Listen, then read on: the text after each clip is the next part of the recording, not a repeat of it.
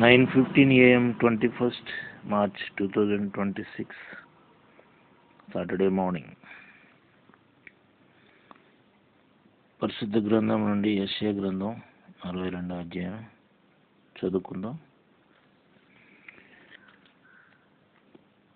సియోను నీతి సూర్యకాంతి వలె కనబడు వరకు, దాని రక్షణ దీపం వలె వెలుగుచుండు వరకు సియోను పక్షమందు నేను మౌనంగా ఉండను, యెరూషలేము పక్షమందు నేను ఊరకుండను. జనములు నీ నీతిని కనుగొనును, రాజులందరూ నీ మహిమను చూచెదరు. యెహోవా నియమింపబో క్రొత్త పేరు నీకు పెట్టబడును. నీవు యెహోవా చేతిలో భూషణ కిరీటముగాను, నీ దేవుని చేతిలో రాజకీయ మకుటముగాను ఉందువు. విడవబడిన దానవని ఇక మీదట నీవనబడవు, పాడైనదని ఇకను నీ దేశమును గూర్చి చెప్పబడదు. నాకిష్టురాలని నీకును పతివ్రతయని నీ భూమికిని పేర్లు పెట్టబడును. యెహోవా నిన్ను గూర్చి ఆనందించుచున్నాడు. నీ దేశము వివాహితమగును. యవనుడు కన్యకను వరించి పెండ్లి చేసుకున్నట్లు నీ కుమారులు నిన్ను వరించి పెండ్లి చేసుకొనెదరు.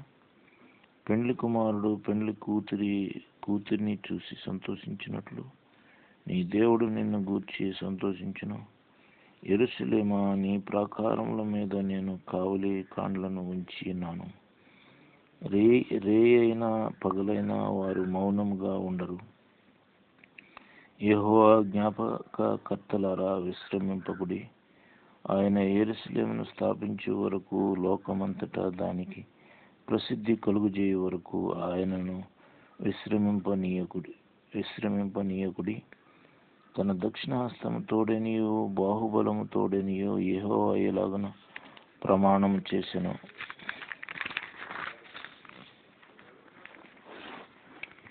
నిశ్చయముగా ఇకను నీ ధాన్యమును నీ శత్రువులకు ఆహారముగా నేనియను. నీవు ప్రయాసపడి తీసిన ద్రాక్షారసమును అన్యులు త్రాగరు. ధాన్యము కూర్చిన వారే దాన్ని భుజించి యెహోవాకు స్తుతి చెల్లింతురు. పండ్లు కోసిన వారే నా పరిశుద్ధ ఆలయ మంటపములలో దాన్ని త్రాగుదురు. గుమ్మముల ద్వారా రండి, జనమునకు త్రోవ సిద్ధపరచుడి. రాజమార్గమును చక్కపరచుడి. రాళ్లను ఏరి పారవేయుడి. జనములు చూచినట్లు ధ్వజమెత్తుడి. ఆలకించుడి. బూదిగంతముల వరకు యెహోవా సమాచారము ప్రకటింపజేసి ఉన్నాడు.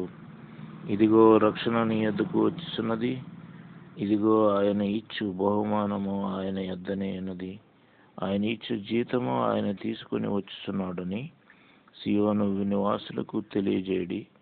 పరిశుద్ధ ప్రజలనియు యెహోవా విమోచించిన వారిని వారికి పేరు పెట్టబడును. యెరూషలేమా, ఆశింప తగిన దానవనియు విసర్జింపబడని పట్టణమనియు నీకు పేరు కలుగును అని సియోను నివాసులతో చెప్పుడి.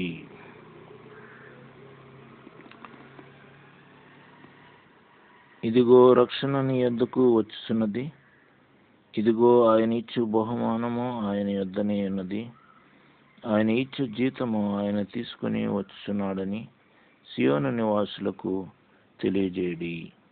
పరిశుద్ధ ప్రజలనియు యెహోవా విమోచించిన వారనియు వారికి పేరు పెట్టబడును. యెరూషలేమా, ఆశింపతగిన దానవనియు విసర్జింపబడని పట్టణమనియు నీకు పేరు కలుగును అని సియోను నివాసులతో చెప్పుడి. సో ఈ వాక్యము మన వినికిడిలో దేవుడు దీవించి మనల్ని ఆశీర్వదించునుగాక.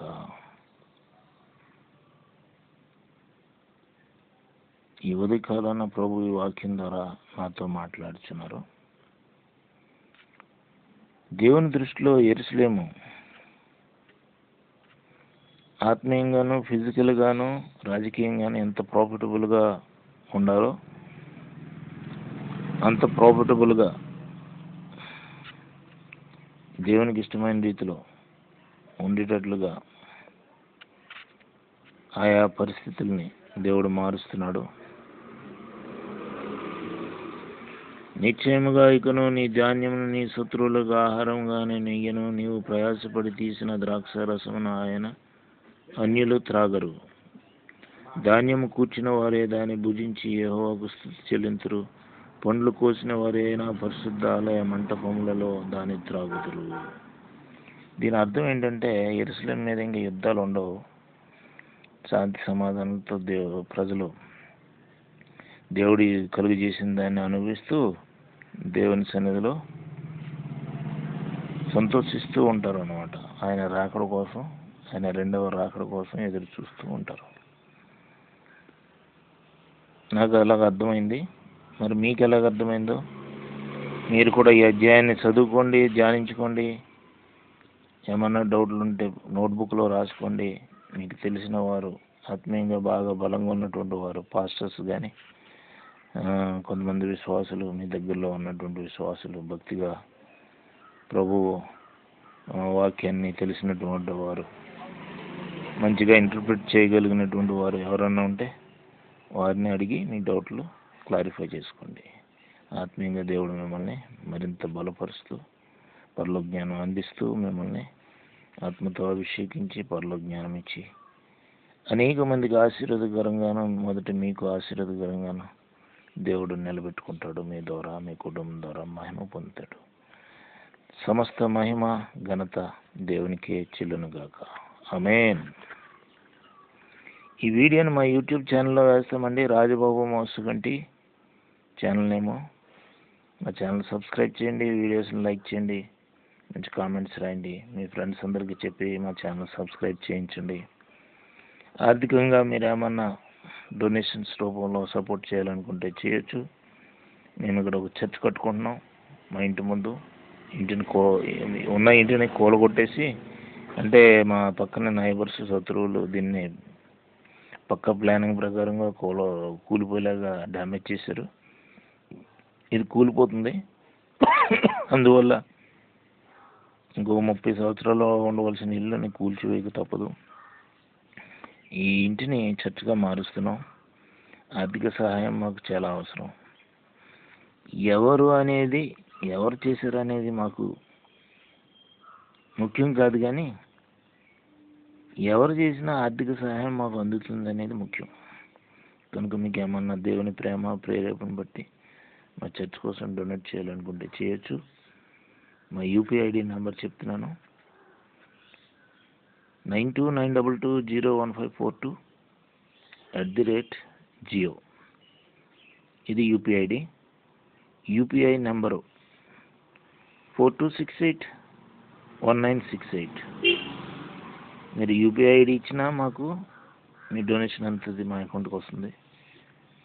యూపీఐ నెంబర్ వాడినా 42681968 అది వాడినా మీ డొనేషన్ మాకు అకౌంట్కి వస్తుంది. మీరు మీ ఫోన్పేలో ఐడి వాడినా రాజబాబు మోసుగంటి అనే పేరు మీకు రిఫ్లెక్ట్ అవుతుంది. అది నా అకౌంటే. ధారాళంగా, సంతోషంగా దేవుని ప్రేమను బట్టి మా చర్చ్ కోసం డొనేట్ చేయండి.